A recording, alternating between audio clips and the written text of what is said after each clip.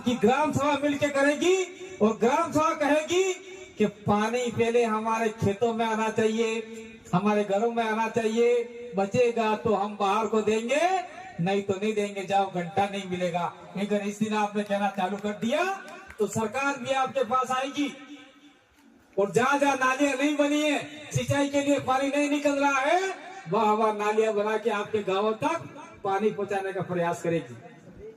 प्रयास क्या, पानी मिल जाएगा। और ये पानी खाली और खाली कोई राजनीतिक पार्टी नहीं दिला सकती, न बीजेपी, न कांग्रेस, न वो, न ये कोई पार्टी नहीं दिला सकती। खाली और खाली आदिवासी परिवार, बिल प्रदेश और आदिवासी समुदाय दिला सकता है। आज पार्टियां हैं, कल टूट सकती है, आज पार्टियां हैं, कल बिखर सकती है। आज किसने क्या देखा था? देश के अंदर इतने सालों से कांग्रेस राज कर रही है, कांग्रेस का सुपड़ा साफ हो जाएगा, किसको क्या पता था?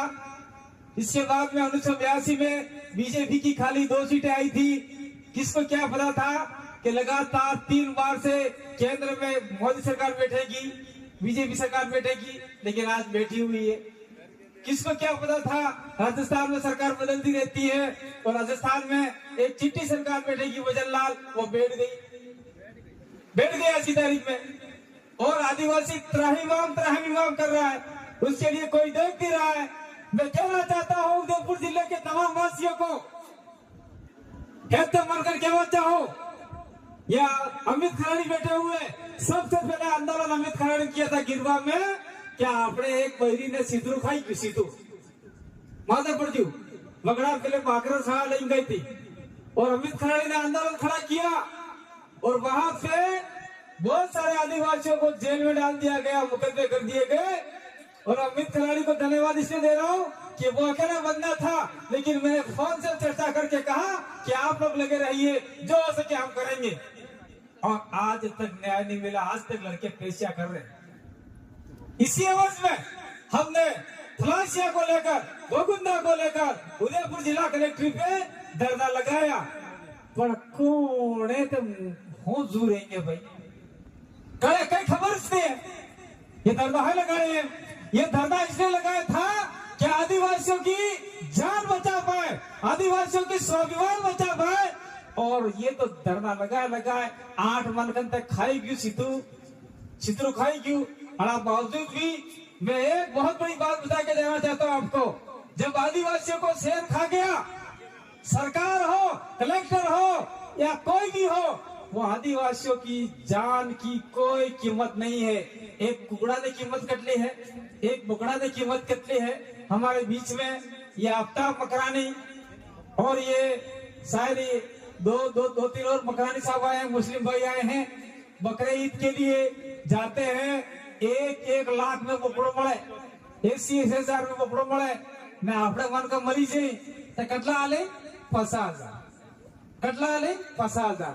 एक बकड़ा ने कीमत थी कि भी आदिवासी ने कीमत कम है कम है, आपने में ताकत नहीं। अब जिस दिन आदिवासी जाग गया और उदयपुर जाके धरना लगा लिया और उदयपुर पूरे शहर को फुल बना दिया, उस दिन आपके सामने करोड़ों रुपया सरकार लेके आ जाएगी कि आदिवासी उठो, आपके मुआवजा ये रहा, आप जगह खाली करो। ये सरकार को घुटने फैला सकते हैं, ये ताकत आपके अंदर है। ये बात हम आपको बताने के लिए आए हैं। थलासिया में श्यार सुरन खाई क्यों, गोगुंदा में श्यार जगन खाई क्यों, कोई तैयार नहीं है। और मन्नालाल रावत नाटक कर रहा है, लिखो इसको, इस वीडियो को प्रचार करो, बढ़िया तरीके से आपका ऑनलाइन करो। मन्नालाल रावत भाई है, मैं तो ये मानता हूं, न तो वो मीणा है, न भील है, न आदिवासी है। मन्नालाल रावत उधर के जो जोधपुर साइड के जो रावत है वो ओबीसी रावत है, वो आदिवासी नहीं है, इसलिए वो भीलों का विरोध कर रहा है। क्या वो आदिवासी होता तो अपना विरोध करता? एक भील भाई करे, भील ने विरोध करे, एक मेरा दूसरे मेरे का विरोध करता है, ये घरासिया भी नहीं है। इसीलिए मन्नालाल रावत को कुछ अता पता ही नहीं है। मानगढ़ के किले पर क्या हुआ, किसी दुर्ग के अंदर क्या हुआ, मंदिर के लिए कौन मरा, कोई खबर नहीं है। और आप लोगों ने उसको चाट खाकर दारू पीकर वोट दे दिया और उसको जिता दिया, और आज आपके पिछवाड़े पे लात मार रहा है। मैं तो कहता हूं आपके गांव के अंदर, आपके ब्लॉक के अंदर, आपके विधानसभा के अंदर वो आदमी आता है तो काले झंडे दिखाना स्टार्ट करो, भगा करो से।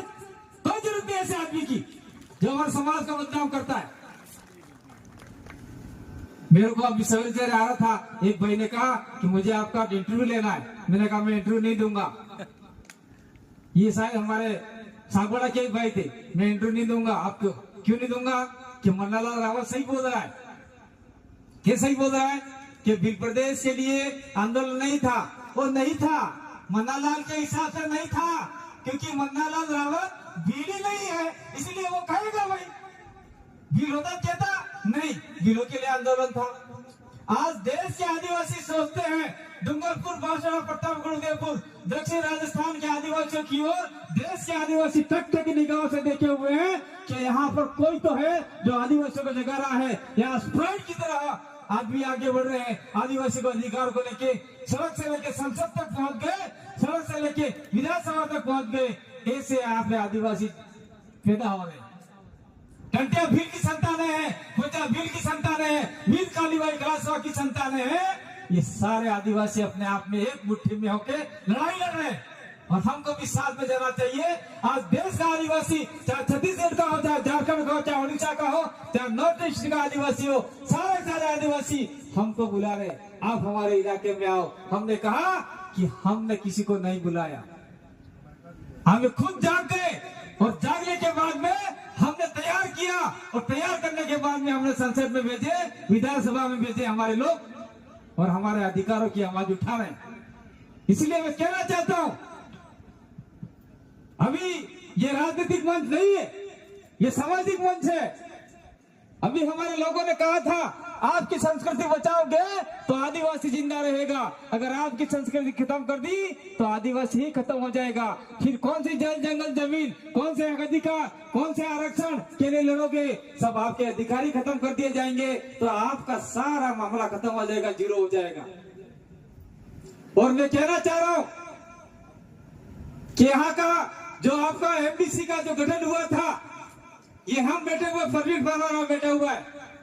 परवीन परमार ने 2 बार चुनाव लड़े, वो आदिवासी परिवार के साथ में हमारे साथ कंधे से कंधा पहले काम कर रहे थे परवीन परमार, और उसको हमने आगे किया, और वो हाईकोर्ट के अंदर केस लगाया, और केस लगाने के बाद में जब काकी डुंगरी कांड हुआ तब यहाँ से एमडीसी को भगा दिया अजमेर के साइड में, और हाईकोर्ट ने फटकार लगाई सरकार को कि यहाँ की जमीन जो मेवाड़ बिलकोर है, वो जमीन आपके यहाँ के आदिवासियों की है, यहाँ पे राजस्थान पुलिस नहीं ले सकती, और वो जमीन वापिस आपको मिली।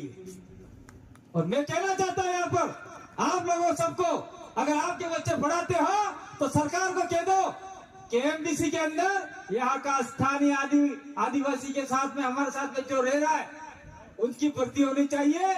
बाहर के लोगों को पेड़ करो, और जो यहाँ भर्ती करने आए उसको भगाओ यहाँ से, कोई जरूरत नहीं है। यहाँ पर आपके बच्चे नौकरी के लिए दूसरी जगह जाए, परीक्षा देने के लिए दूसरी जगह जाए। कल परसों देख लो, सलूमर के अंदर 4-5 बच्चे एक्सीडेंट के साथ में मर गए। क्या दिया सरकार ने? 1 रुपया ने आज भी खोटी कोड़े ने आज की। स्थिति बहुत खराब है हमारी। और मान लो इस जगह पर कोई गैर आदिवासी मर जाता, बच्चा मर जाता, हम किसी जाति समाज के दुश्मन नहीं है, लेकिन इस जगह पर कोई गैर आदिवासी मर जाता तो सरकार दौड़ के आती, 1 करोड़ रुपया सरकारी नौकरी, 50 लाख रुपया सरकारी नौकरी। आदिवासी मर गया, फोकट का मर गया, मरने दो सालों, क्या फर्क पड़ता है? क्या हम इसी लायक हैं? या हम एकता में आएंगे, लड़ाई लड़ेंगे? ये किसी ने जी जी, एक आदमी हमारा मारा गया। मैं धन्यवाद देता हूँ विलोकपाल के सारे आदिवासियों को, जिसने आपका यहाँ की दान पेटी की चाबी नहीं दी, और आज भी एक चाबी, दान पेटी की चाबी विलोक के आदिवासियों के पास में है, और एक चाबी यहाँ मंदिर वालों के पास में। जब भी दान पेटी खोलती है, चाहे 1 लाख रुपया निकला, चाहे 2 लाख रुपया निकला, आधा आधा बंटवारा होता है कि नहीं होता है? होता है कि नहीं होता है? किसी ये तो विलोक वाले बोलो, मुझे खड़े होकर कोई भी आदमी नारल गोलाल फिर ले लियो, ले लो पेटी। सरकार ने ये करार किया है, जब भी पेटी खुलेगी तो आधा पैसा तुम्हारा आदिवासियों का, आधा जेलों का। लेकिन आप लोग पैसा मांगने के लिए तैयार ही नहीं हो। आज नारल गोल्ड मिल रहे, आने वाले समय में मंदिर में घुसने नहीं दिया जाएगा आपको। जब फिर सावधान नहीं रहे तो। ज्यादा बात नहीं करके मैं अपनी बात को ये मेरा